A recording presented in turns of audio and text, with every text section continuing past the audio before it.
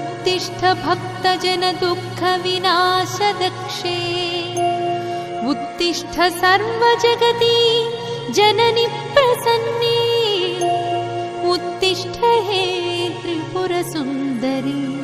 सुप्रभातम् उत्तिष्ठ राजतगिरिद्विषतो रथात्वम् उत्तिष्ठ रत्नखचितज्वलिताच्च पीठात् उत्तिष्ठ बन्धन सुखं परिधूय शम्भो उत्तिष्ठ विदित तिरस्करिणीं विपाट्य